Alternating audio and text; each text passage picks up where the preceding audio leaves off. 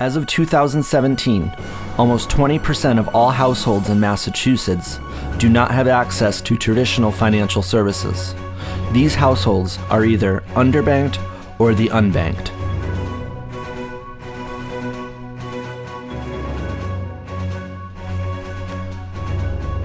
What has caused this disparity, and what can be done to help fill the gap?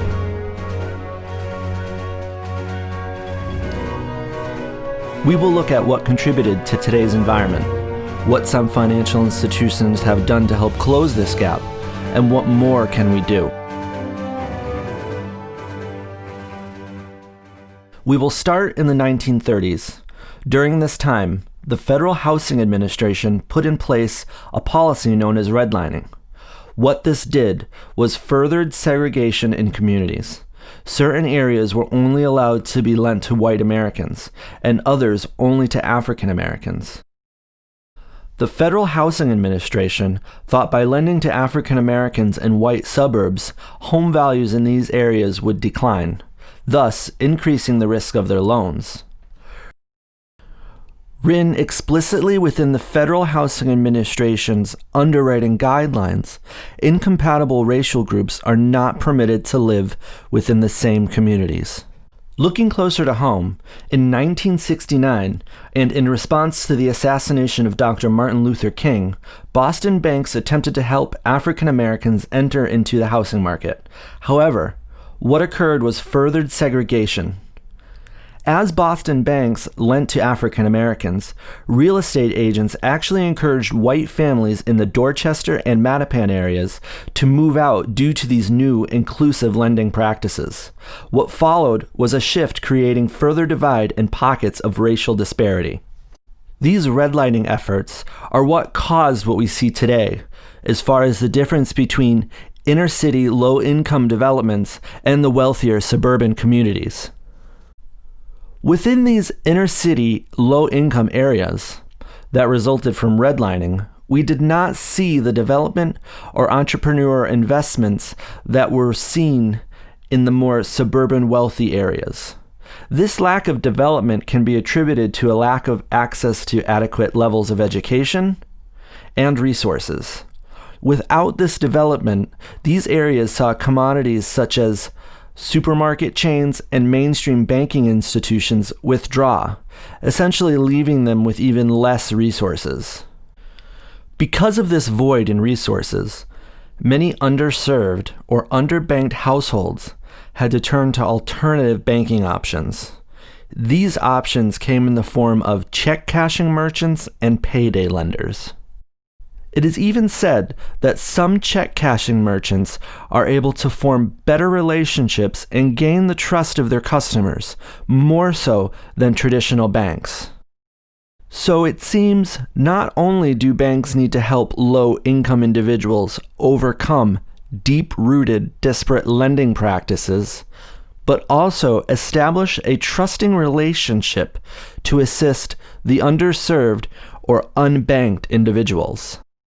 Let's look at what work has been done to help fill this gap.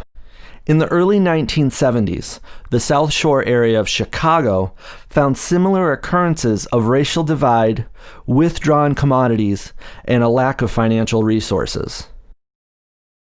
A man by the name of Ronald Grzyzewski set on a mission to help lead an initiative to revitalize the community through banks' lending practices.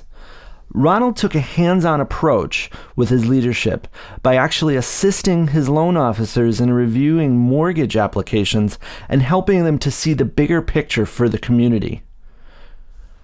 Under Ronald's leadership, the South Shore Bank helped finance and renovate 49,000 affordable housing residents. Ronald's leadership proved to be transformational, meaning that his work as a leader helped his team identify problems and find solutions for those problems. With his hands-on approach, it could also be argued that he has traits that are within the realm of servant leadership. Ronald's accomplishments with South Shore Bank were recognized by President Bill Clinton, who stated that South Shore Bank was the most important bank in the United States because of the work it was doing. Some credit unions have developed options for lending that provide small dollar, short-term loans to replace the need for payday lender loans. These loans are designed to allow those with subpar credit access to traditional lending. We also see some financial institutions creating second chance checking accounts. This can help those that have been barred from traditional checking accounts due to negative experiences or delinquencies at other institutions because of a past hardship. We know that the issues are physical location, financial education, trust and transparency, as well as overall eligibility that are barring low-income individuals from entering the mainstream banking institutions. What proves to be an ethical dilemma is what level of responsibility do traditional financial institutions have in order to close this banking gap?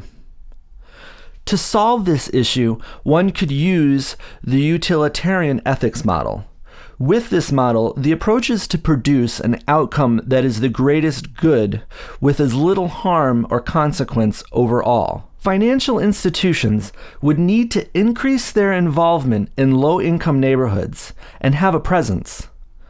This would help develop trust and fuel financial education among low-income households. The benefit can be twofold. Financial institutions would be helping with community development while also entering into a new market themselves. And while risk may be high and profits may be low initially, as communities start to turn around, financial institutions would begin to see the return.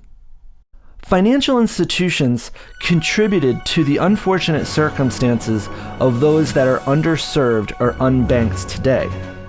And only with their involvement, resources, and dedication can they help those that are in desperate need.